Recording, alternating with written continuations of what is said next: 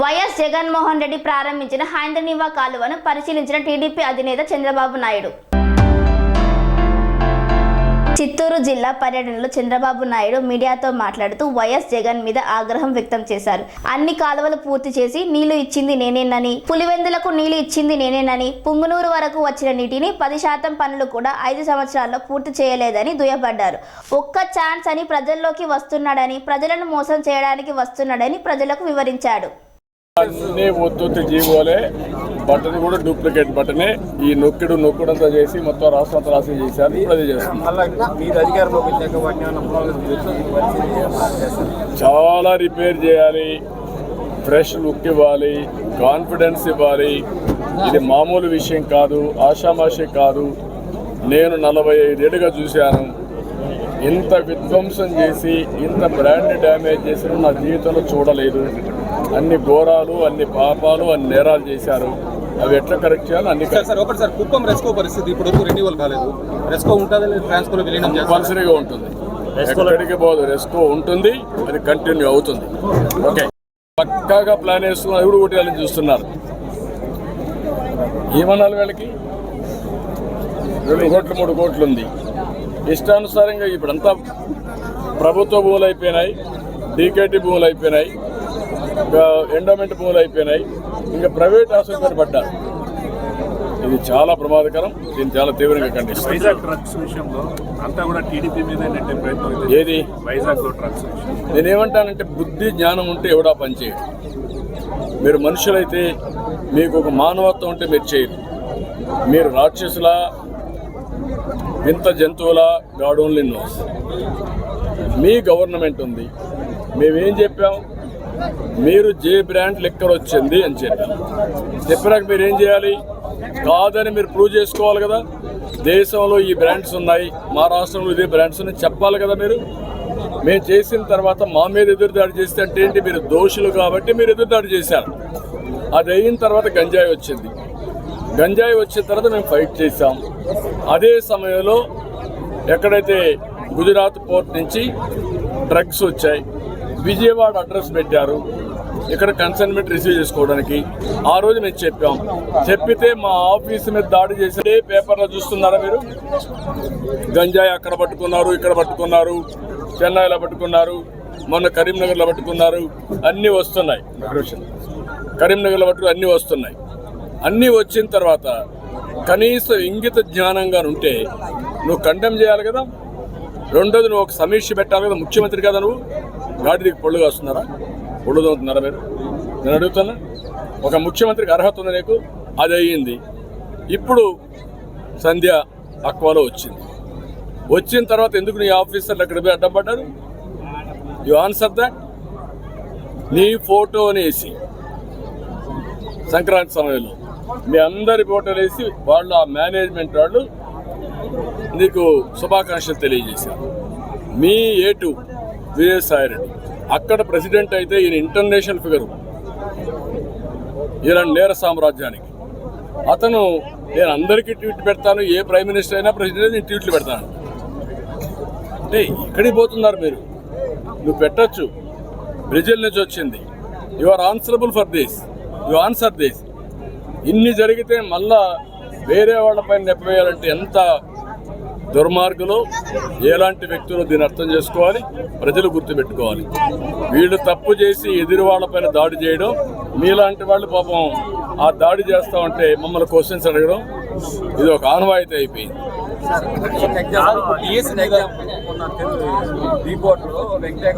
వ్యతిరేకంగా వార్తలు రాస్తున్నారని అక్కడ పోలీసులు విలేకరుల పైన కొట్టి కేసులు పెట్టించి ఇంకా 2 రోజులు ఇవన్నీ చేస్తారు. అందుకే ప్రజలు తిరుగుబాటు చేస్తే తప్ప వీళ్ళు పారిపోరు. ప్రజలు తిరుగుబాటు చేయనంత వరకు వాళ్ళ సహనాన్ని, ఓపికని పరీక్షిస్తూనే ఉంటారు. ఇంకా చాలా చేస్తారు. సార్, మళ్ళీ మీరు ముఖ్యమంత్రి అయినాక అమరావతి రాజధాని ఎన్ని రోజుల్లో ఏమ్మా నువ్వు అంతా ఇదేమి అదేమి బొమ్మలు వేయడం కాదు కదా. బ్రాండ్ ఉందా? ఈరోజు ఆంధ్రప్రదేశ్కి ఎవరిని వస్తాడా? నేను అడుగుతున్నా, నువ్వైతే వస్తావా? నీ ఆస్తి లాక్కున్నాక, నీ భూమి లాక్కుంటారని తెలిసినాక, పెట్టుబడులు పెట్టినా దీనికి భవిష్యత్తులో గ్యారంటీ లేదు తెలిసినాక నువ్వు పెడతావు 1 రూపాయి? నువ్వు భూమి కొంటావా రేపు ఇక్కడ? నేను అడుగుతున్నా. అలాంటి బ్రాండ్ని నాశనం చేసినాక నేను అక్కడి నుంచి నెగటివ్ నుంచి స్టార్ట్ చేయాలి పాజిటివ్కి. ప్రజలు అర్థం చేసుకోవాల్సిన అవసరం ఉంది. ఇది నాకు ఒక్కరికి నష్టం కాదు, ఇప్పుడు మాట్లాడే మీ అందరికీ నష్టం. వైఎస్ఆర్ కాంగ్రెస్ పార్టీలో ఉండే నాయకులకి, కార్యకర్తలకి, ప్రజలకి, మీడియాకి అందరికి నష్టం. అక్కడి నుంచి స్టార్ట్ చేయాలి మనం. సార్, డిఎస్సి మీద ఇప్పటివరకు క్లారిటీ లేదు. సో మీరు కూడా ఎలక్షన్ కమిషన్ కంప్లైంట్ చేస్తామన్నారు. నేనేమన్నానంటే మెగా డిఎస్సి పెడతాం. ఇప్పుడు మొన్న వారిగా పబ్లిక్ 30 సంవత్సరాల్లో ఇక్కడ చేసిన అభివృద్ధి 5 సంవత్సరాల్లో చేసి కుప్పం ప్రజల యొక్క రుణం తెచ్చుకుంటాం. రుణపడి 1 year నీళ్ళు వచ్చేస్తాయి, పరిగెత్తా వస్తాయి. నీళ్ళు 4-5 నెలలు పరిగెత్తా వస్తాయి. మీకు అవసరం లేదు.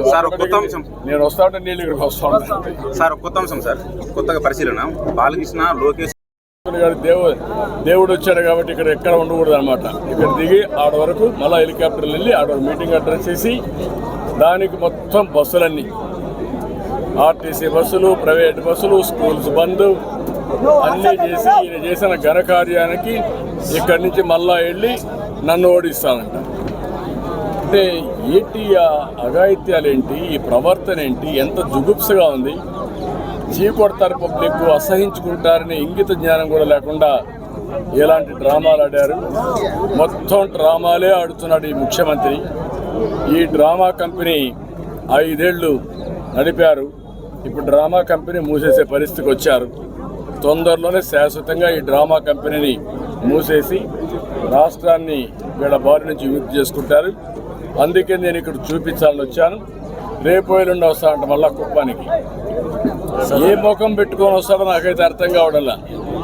ఇప్పుడంతా బస్సు యాత్రలో వస్తాడంట, ఇప్పుడు విమాన యాత్రలో తిరిగాడు.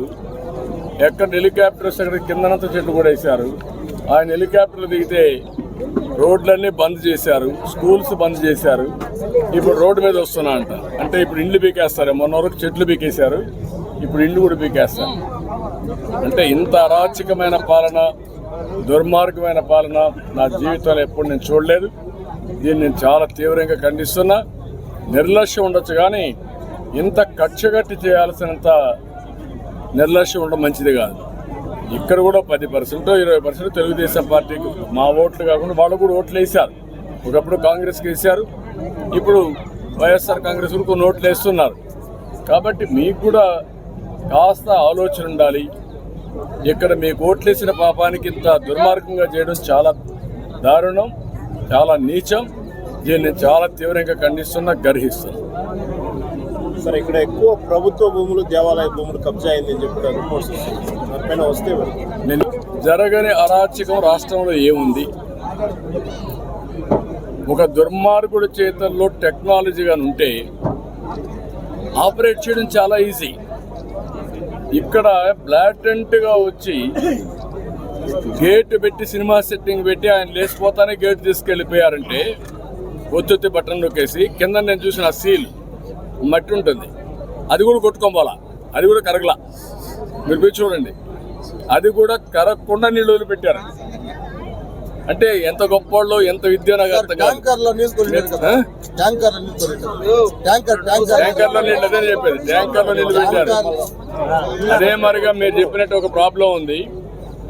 ఆ టెక్నాలజీ దుర్మార్గుల చేతుల్లో ఉంటే అందరు ఆస్తులు మార్చేస్తారు, ఇష్టం ఉంటే పేర్లే మార్చేస్తారు. 1121A కింద పెట్టి గవర్నమెంట్ భూమి ఉంటే వాళ్ళు భయపడిపోయి ఇచ్చేస్తారు. డీకేటీ పట్టాలు కొట్టేస్తున్నారు, ఒరిజినల్ పట్టాలు కొట్టేస్తున్నారు, దేవస్థానం భూములు కొట్టేస్తున్నారు. కొన్ని వందల మంది, వేల మంది వైఎస్ఆర్ కాంగ్రెస్ నాయకులకు బలైపోతున్నారు. ఈరోజు నేను చూశారు సుబ్బారావు ఒంటిమిట్టలో, నేను ముఖ్యమంత్రిగా ఉన్నప్పుడు ఒంటిమిట్టని డెవలప్ చేశాం.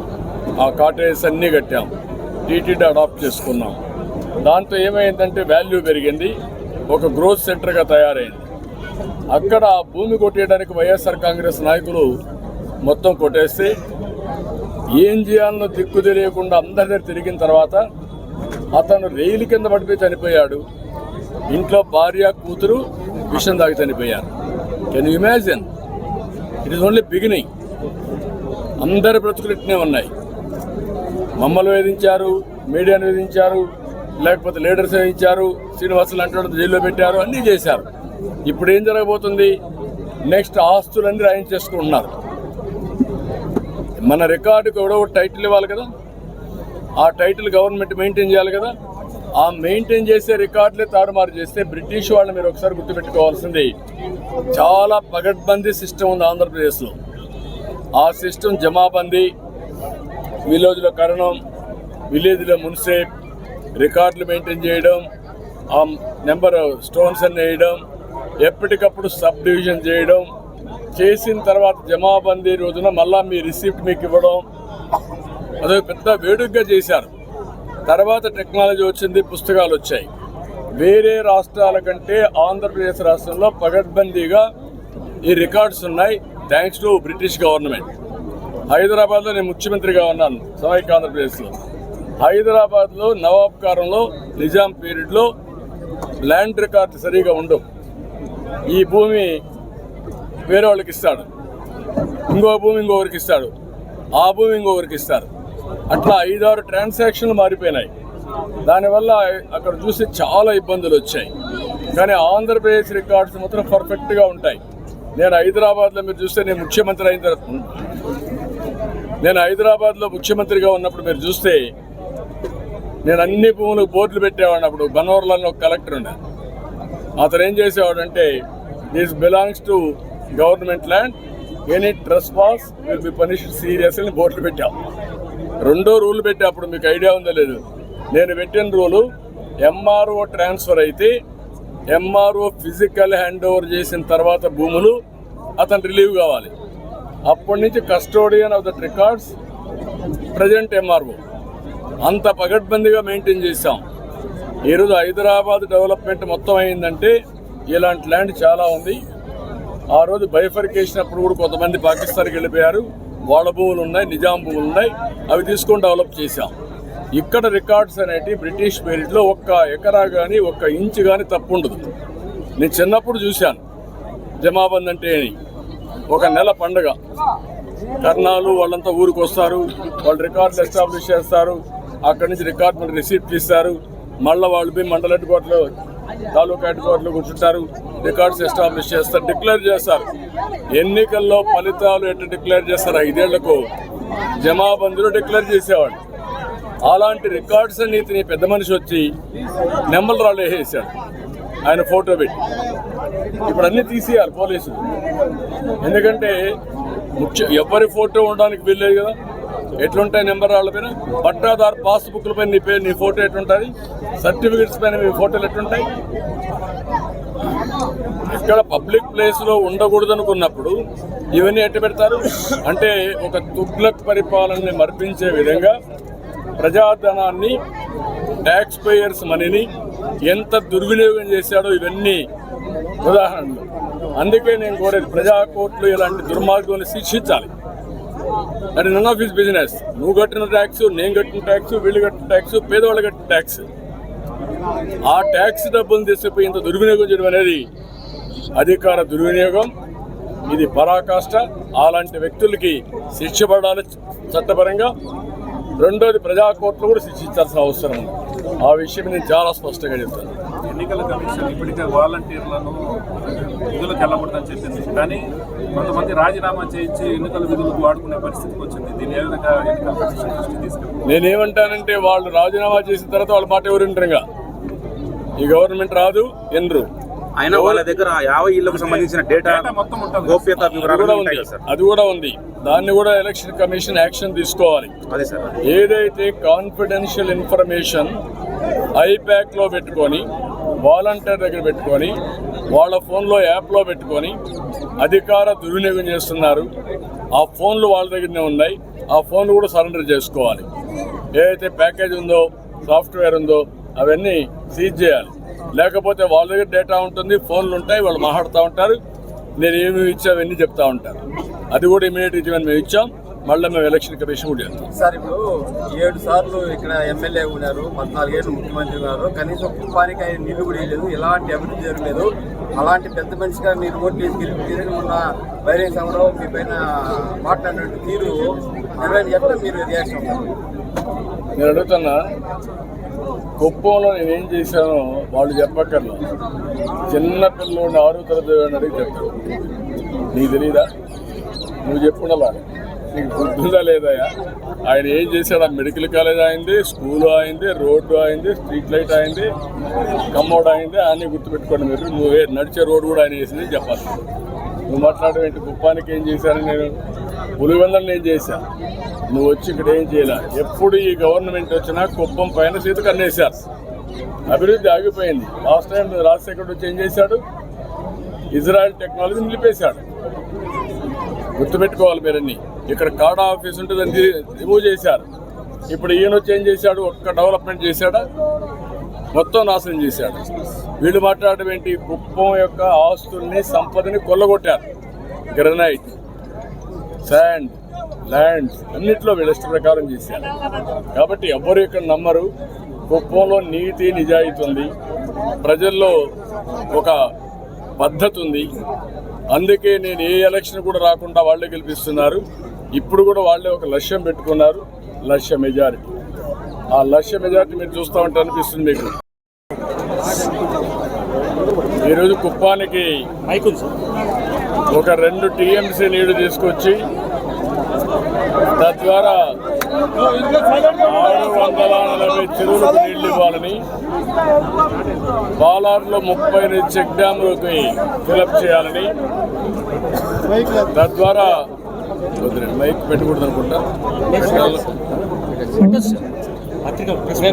నాకు ఐడియా లేదు.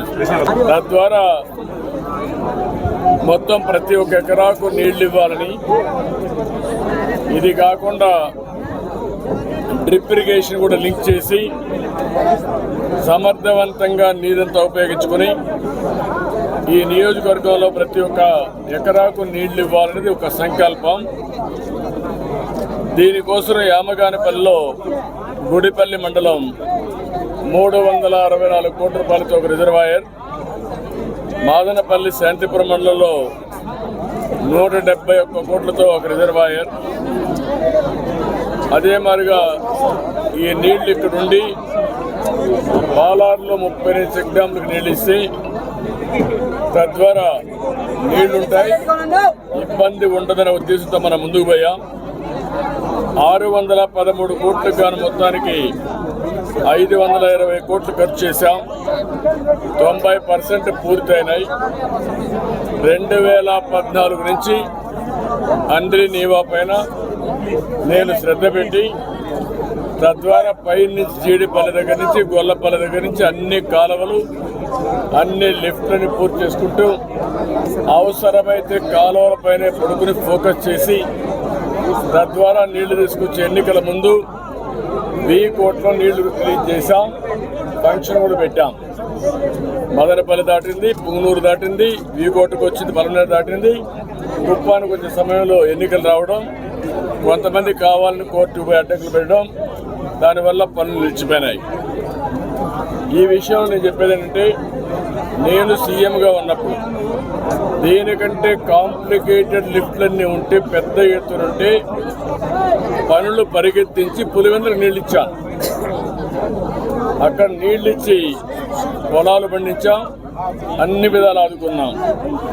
ఇక్కడేమి పెద్ద సమస్యలు లేవు. పనులు 10%, సింపుల్ వర్కులు కూడా. ఆ వర్కులు చేయకుండా నిర్లక్ష్యం చేసి ఎన్నోసార్లు మనం ఆందోళన చేస్తే చేయనీయకుండా చేసి, ఎవరిని విమర్శించకుండా, కాలువ దగ్గరికి వచ్చినా రానియకుండా అన్ని విధాలు అడ్డుపడి లాస్ట్ ఎలక్షన్స్ వస్తున్నాయంటే ప్రజల్ని మోసం చేయడానికి మళ్ళా కొత్త పిచ్చిగాళ్ళు వేసుకొని వచ్చారు. ఎంత నాటకమైతే నాకైతే అర్థం కాలేదు. ముఖ్యమంత్రి వస్తాడు ఇక్కడికి, వచ్చి గేట్లు పెట్టారు బటన్ నొక్కారు, ఒత్తుత్తి బటన్.